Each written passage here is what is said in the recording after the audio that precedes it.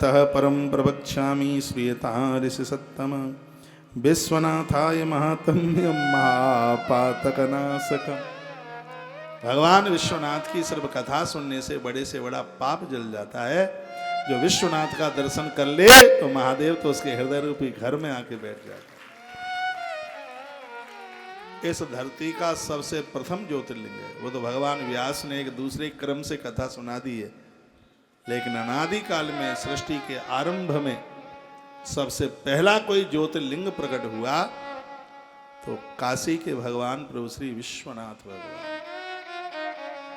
कथा इस प्रकार से आती है, भगवान ने एक भुजा से विष्णु को प्रकट किया, दूसरी भुजा से अमृत निकला, उसको भगवान विष्णु की नाभि में रख दिया। उसे एक सोने का कमल प्रकट हुआ, कमल के ऊपर एक बेटा आकर के पुत्र बैठा। उसने कहा मैं कौन हूं? प्रकृति ने कहा कि जिसने अपने आप को पहचानने की बात कही है इसलिए उसको मैं नाम देता हूं, उसका नाम ब्रह्मा होगा, उनका नाम ब्रह्मा होगा। ब्रह्मा को काम दिया सृष्टि का सृजन करो, विष्णु को कहा कि तुम सृष्टि का पालन करो। तो दोनों देवताओं ने कहा कि फसल बो दी, पानी दे करके तैयार कर दिया, फसल को बोना ब्रह्मा का काम। एक उदाहरण के तौर पर जब किसान बीज बोता है ये ब्रह्मा का काम हुआ, उसमें खाद पानी देता है विष्णु का काम हुआ। अब फसल पक गई है तो पकी वहीं तो खड़ी नहीं रहेगी, उसकी एक तीसरी क्रिया और है, उसको काटना है। तो ये काम कौन करेगा? तो भगवान ने कहा मैं रुद्र बन करके काम मैं करूंगा, और कौन करेगा? तो ये तीसरा काम भगवान रुद्र देवता का है। तो तीनों देवताओं ने भगवान महेश्वर को कहा भगवान हमारे ऊपर कोई ऐसा हो जिससे हमें लगे कि हमारे ऊपर किसी का अधिकार है, जिसको पूछ करके हम कुछ काम कर सकें। तो भगवान कुछ ऐसी व्यवस्था की जाइए, कर दीजिए। भगवान ने कहा तो काशी में मैं एक शिवलिंग के रूप में विराजित हो जाऊंगा, आप मुझे नाम दे देना। उसी समय काशी में वो शिवलिंग के रूप में प्रकट हुए। नारायण और ब्रह्मा ने कहा संपूर्ण विश्व के नाथ आप हैं, इसलिए लोग आपको विश्वनाथ के नाम से जानेंगे। अब आइए इस कथा को हम थोड़ा विस्तार पूर्वक सुनते हैं। इस कथा में काशी का मातम है, काशी की बड़ी महिमा। कोई अपने धन से काशी में धर्मशाला बना देता है, धर्मशाला में रहने वाले व्यक्ति की मृत्यु होती है और मुक्त वह होता है जिसने अपने धन से काशी में धर्मशाला बनवाई है। काशी में तो यदि कोई अकाल मौत से भी मर गया है तो उसकी दुर्गति नहीं होती, उसको सदगति मिलती है, ऐसा शिव महापुराण में लिखा है। काशी में पहुंच करके घोर संकटों की निवृत्ति हो जाती है, काशी में पहुंच करके कर्जे की निवृत्ति हो जाती है। मैं कहना चाहूँगा यदि किसी का देवाला निकला है, कर्जा इतना ज़्यादा हो गया, फैक्ट्री कंपनी सब फेल हो गई और यहाँ तक व्यक्ति ने आत्महत्या करने तक की सोच ली है, मैं उन्हें कहना चाहूँगा दक्षिणा चुकाने के लिए, विश्वामित्र का धन चुकाने के लिए राजा हरिश्चंद्र ने भी काशी विश्वनाथ की शरण ली, सब कुछ ठीक से निपट गया। जीवन में यदि ऐसी कोई दिक्कत आई है तो एक बार बाबा विश्वनाथ का दर्शन कर लीजिए। ये अनाथों के नाथ हैं, सबको सनाथ करते हैं और चुटकियों में ऋण से मुक्त कर देते हैं, लोगों को जीवन दे देते हैं। ऐसे बाबा विश्वनाथ हैं, ऐसे काशी के नरेश हैं, काशी के राजा हैं।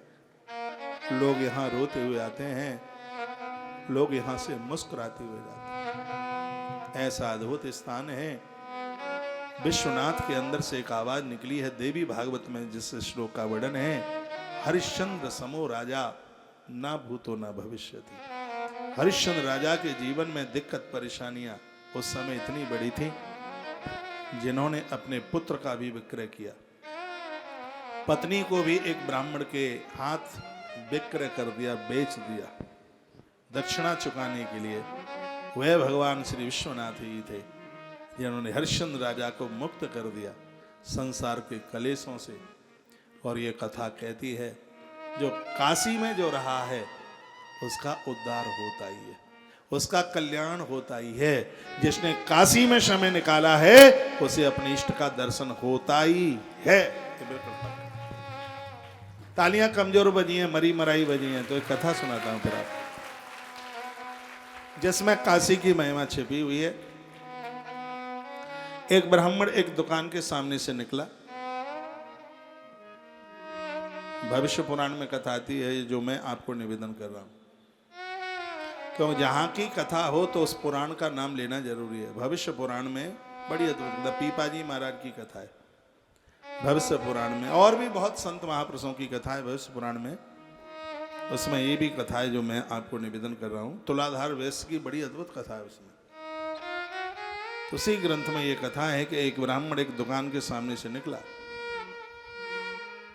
तो उसमें यह वर्णन है कि उस दुकान पर एक बैठा हुआ कोई कसाई तराजू में सालग्राम भगवान को रखकर उसी से लोगों को मांस तौल तौल के दे रहा है। ब्राह्मण की निगाह पड़ गई उसके ऊपर। उसने कहा, भैया ये जो तुम पत्थर रखे हो ना, इसकी मुझे जरूरत है, इसे हमें दे दो। यदि वो ये कह देता, अरे कसाई तो ये क्या कर रहा है, तुझे पता है भगवान है, तो अगल बगल के लोग लाठियां लेके आ जाते। तो उस ब्राह्मण ने होशियारी निकाली और ये नहीं कहा कि ये सालग्राम है, ये भगवान। ये कहा, भैया मुझे थोड़े पत्थर की इसकी जरूरत है, आप ये पत्थर आप हमें दे दें। तो उस व्यक्ति ने कहा, पहली बार मेरी दुकान पर कोई ब्राह्मण आया और वो भी उसने मुझसे मांगा है। मेरा भाग्य है, मैं इतना बड़ा पत्थर दूसरा तैयार कर लूंगा, कोई बात नहीं है, तुम ले जाओ। उसको पता ही नहीं था कि भगवान है। वो कसाई कोई और नहीं था, इस कसाई का नाम था सदना। सदना कसाई, सुन लो, बड़ी अद्भुत कथा है। तो उसने सालेराम भगवान की बटुलिया उस ब्राह्मण को दी। ब्राह्मण शाम के समय घर लेकर के उसे आए, पंचामृत से स्नान कराया, भोग लगाया, आरती उतारी, और रात को ब्राह्मण देवता ने उन्हें अपने बगल में ही सुला लिया। मूवमेंट होने लगा चारपाई पर, खटिया हिलने लगी। ब्राह्मण की तकलीफ है बड़ी, होता क्या है कि धरती हिल कैसे रही है।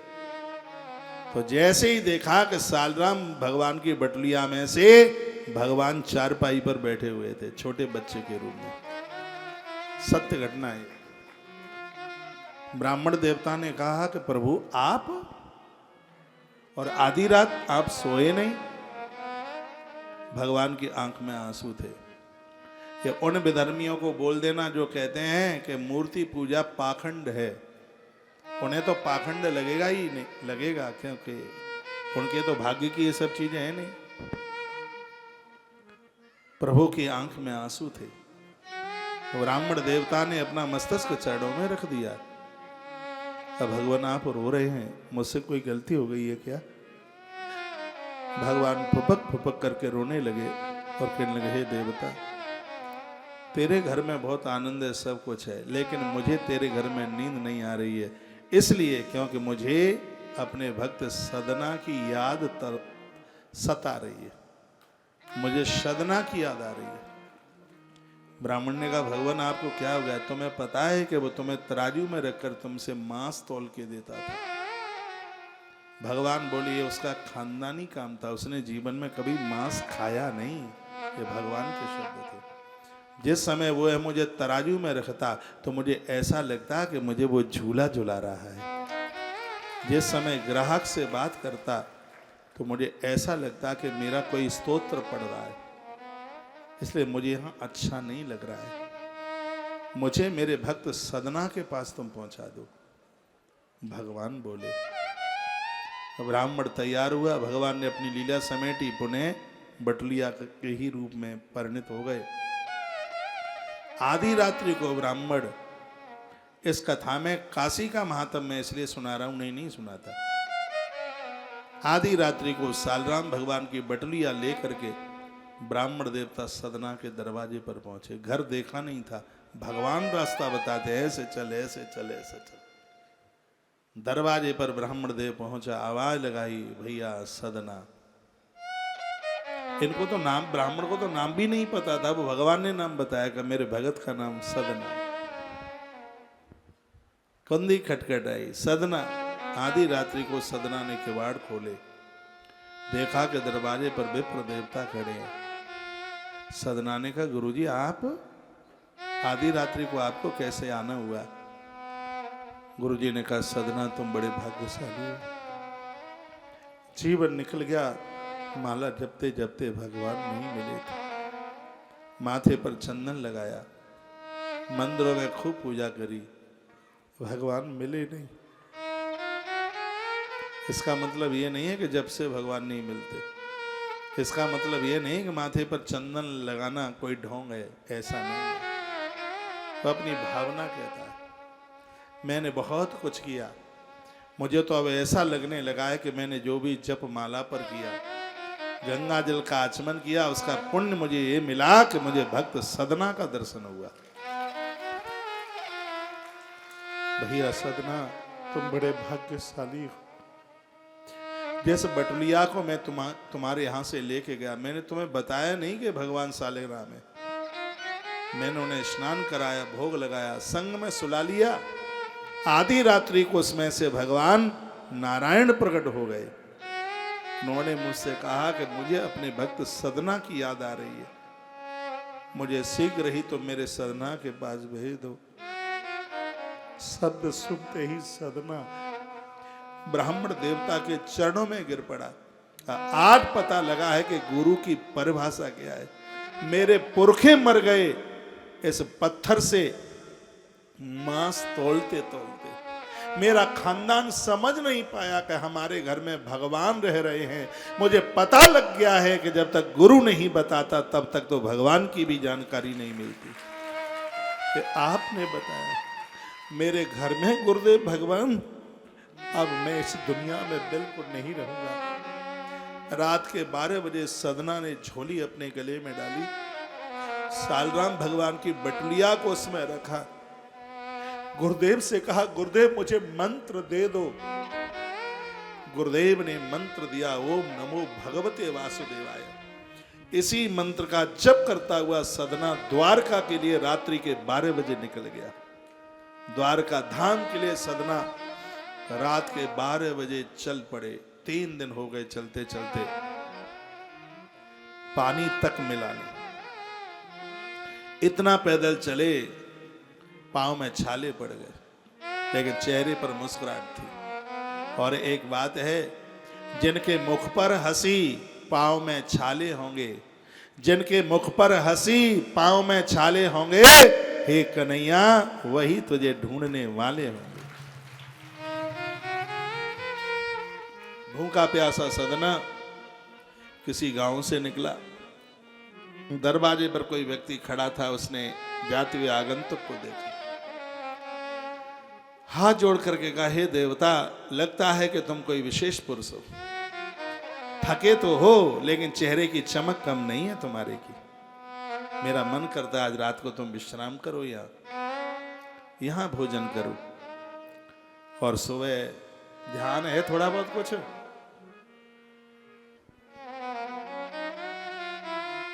और सुबह होते ही आप यहां से प्रस्थान कर लेना।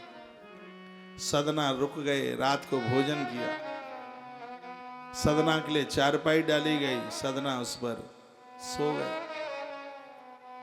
रात का समय हुआ। इस घर की जो स्त्री थी वो बड़ी बदचलन थी, उसके पास चरित्र नहीं था।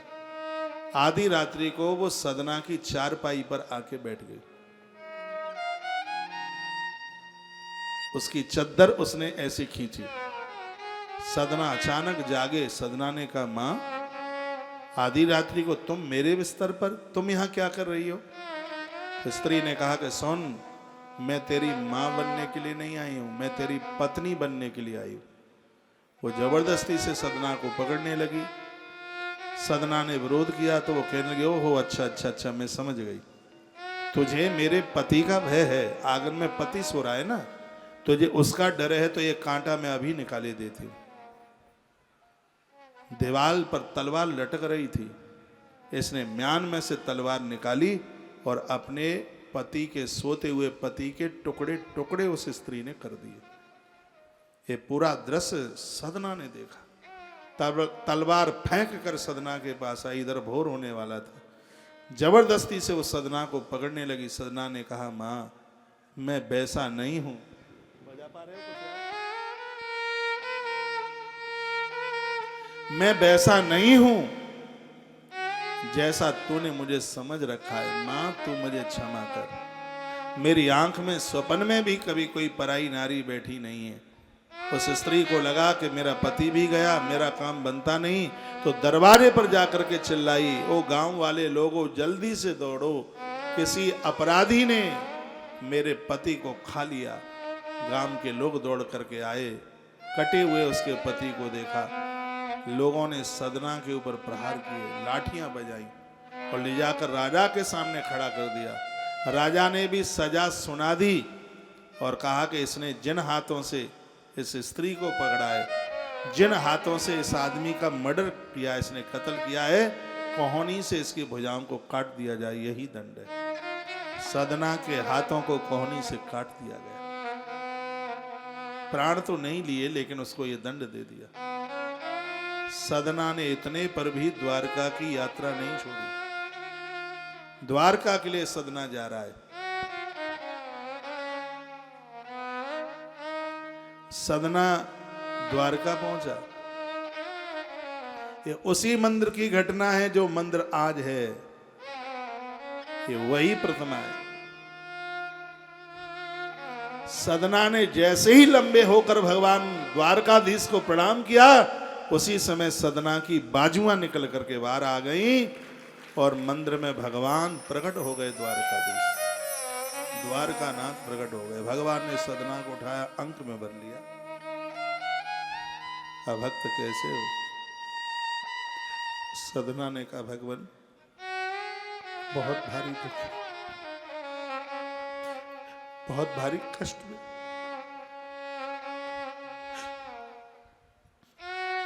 तकलीफ है मुझे। मैंने ऐसा कौन सा पाप किया, मेरी बाजुआं काटी गई। यदि मैं पापी हूं तो मुझे फिर आपका दर्शन कैसे हो रहा है? यदि मैं पापी नहीं हूं तो मेरी बाजुआं क्यों काटी गई? प्रभु, आपसे मुझे जवाब चाहिए। उस भोले भाले सोते हुए उस आदमी ने क्या बिगाड़ा था उस स्त्री का, जो सोते हुए उस आदमी को मेरी वजह से उस स्त्री ने उसके टुकड़े टुकड़े कर दिए? ये जवाब तुम्हें देना पड़ेगा। भगवान बोले, सदना भाई, बिना पाप के तलवार किया पांव में कांटा नहीं लगता। भगवान के शब्द थे। तुमने मुझे पूछा है कि स्त्री ने उसको क्यों मारा, तुम्हारी भुजाएं क्यों काट दी गई, तो सदना मैं बताता हूं, सुनो। पूर्व जन्म में तुम बहुत बड़े विद्वान ब्राह्मण थे। तीनों कालों में तुम संध्या करते थे।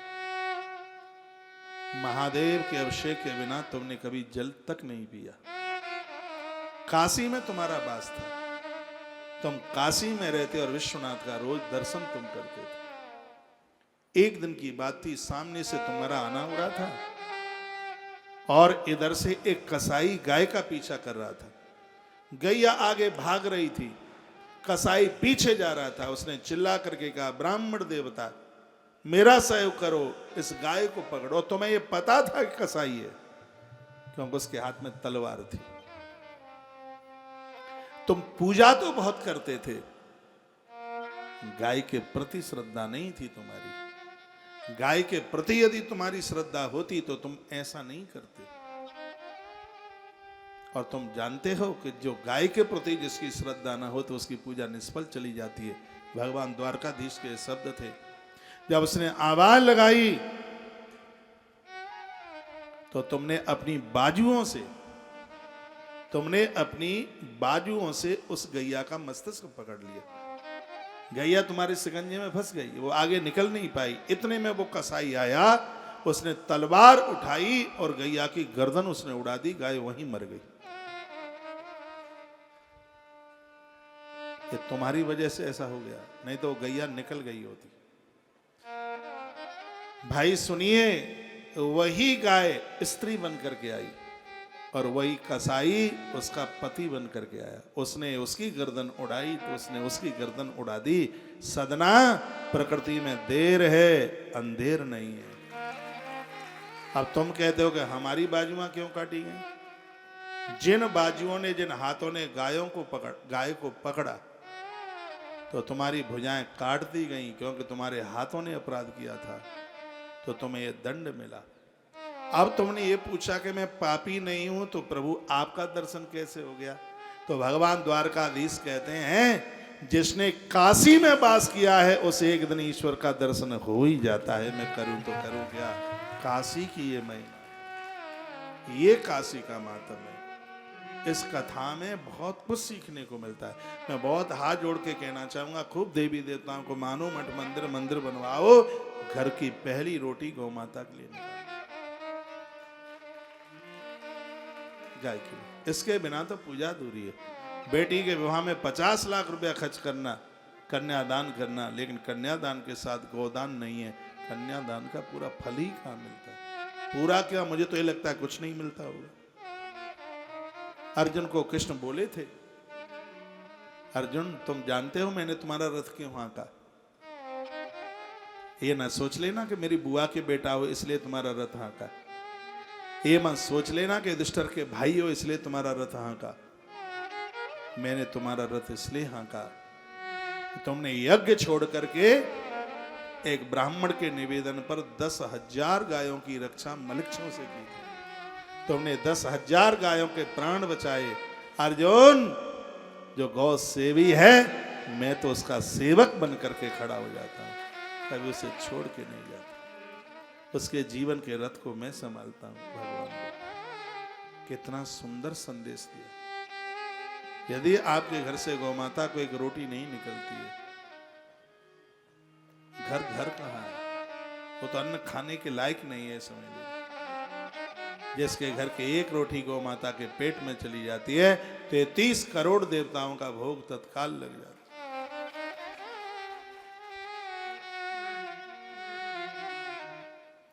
मेरी बात पूरी दुनिया तक जा रही है। कन्यादान का पूरा फल गोदान में, यज्ञ का पूरा फल गोदान में। माता पिता के ऋण से बच्चे मुक्त हो जाते हैं जब बच्चे अपनी कमाई से माता पिता के लिए गोदान कर देते हैं। तो प्राचीन काल में सब परंपराएं थी। माता द्रौपदी का विवाह हुआ, लाखों में गाय राजा द्रुपद ने दी थी। भगवान श्री कृष्ण के विवाह में रुक्मिणी के पिता भीष्मक ने बहुत गाय दी। तो इन चीजों को अपने आप से ओझल मत कीजिए। कि आप काशी का महात्म सुन रहे थे सदना की कथा में। काशी बहुत महत्वपूर्ण है। सृष्टि का जब प्रलय होता है तब भी काशी जिंदी रहती है। भगवान शंकर इसको अपने त्रिशूल के ऊपर लटका लेते हैं। प्रलय में भी काशी कभी नष्ट नहीं होती। काशी का एक नाम आनंद वन है। काशी बड़ी अद्भुत है। काशी हमारे दुखों का हरण करती है, हमारे कष्टों का हरण करती है काशी। ऐसे काशी विश्वनाथ के चरणों में हम और आप वंदन करते हैं। सभी महादेव की पिंडियों के ऊपर गंगा जल, भस्म, रुद्राक्ष और विशेष रूप से 3 बेल की पत्तियां चढ़ाने का भारी